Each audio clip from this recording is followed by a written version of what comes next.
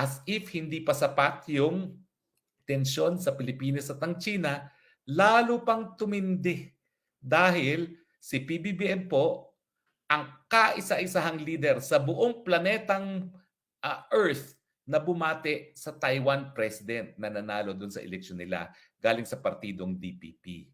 Bakit nga ba kaisa-isahang presidente lang o leader ng daigdig ang bumati kay president ng Taiwan? Kasi nga po dahil sa One China policy. Wala po tayong embassy sa Taiwan. Meron lang po tayong Manila Economic Cooperation Office. Yan po yung counterpart na gumagawa ng trabaho ng embahada. Pero wala po tayong ambassador kasi kapag karon ka ng diplomatic mission, embahada, yan po ay patunay na nais mong magkaroon ng relasyon, diplomatic relations dun sa bansang yon. Kikilalanin mo ng bansa siya. Pero dahil nga po ang buong mundo naman po ay kinikilala ang One China policy na ang Taiwan ay kabahagi ng China, wala pong nagkakaroon ng embassy para sa Taiwan. Lahat po sila Economic and Cultural Office. Kasi kinakailangan naman, maski hindi kinikilala ang Taiwan, merong opisina na mag-aalaga doon sa ating mga nationals at yung mga nationals ng iba't ibang bansa na meron ding MECO or ECO office dyan sa Taiwan. So hindi po bumati mga leaders sa daigdig kasi nga po hindi natin kinikilala na independenteng bansa ang Taiwan. So tingin ko ba totoo ba na binati ni PBBM si bagong presidente ng Taiwan? Sa tingin ko po hindi. Huwag niyo po akong misunderstand. Tingin ko po social media worker ng PCO ang bumati. Alam niyo po, wag naman nating isipin na lahat ng nakikita ninyo sa social media page na lalo-lalo na ng presidente ay galing talaga kay presidente. Ano naging karanasan ko nung ako'y spokes? Sa totoo lang po, dadalawa lang yung tao ko na naging in charge ng social media sa Presidential Spokes Office. No? At yun po talagang sinusubaybayan ng lahat. Kasi yun talaga ang binibigkas ko sa aking mga press briefing. So yung dalawang gumagawa ng mga social media cards ko nung nasa Malacanang ako, ang kanilang mandato, ang social media cards, depende at base sa mga sinabi ko sa press briefing. Hindi sila po pwedeng gumawa ng social media card na sa bagay na hindi nanggaling sa aking bibig. Kasi nga as presidential spokesperson, yung bibig ko, bibig ni Duterte. Ako po ang presidential laway ng mga panahon na yun.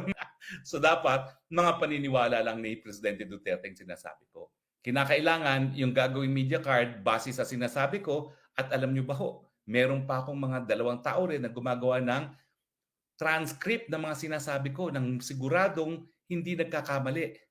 Kaya yung ilang mga pagkakataon na nagreklamo ako sa mga media outfit na mali ang sinasabing report base sa aking press briefing, nandoon yung tape mismo, video mismo ng aking press briefing at saka yung written transcript.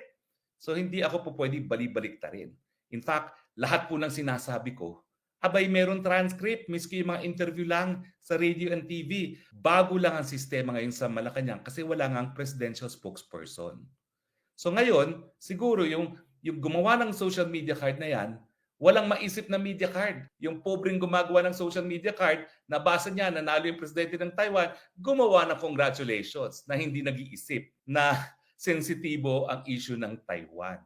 Pero tingin ko po, never na nagsalita na congratulations to newly elected president ng Taiwan si PBBM. Kasi kung nagsalita siya, edi nakita natin ang video. Nakita natin man lang yung sulat kung yan ay in writing. Wala po. So ang tingin ko, yung gumawa lang ng social media card talaga ang bumati na mali.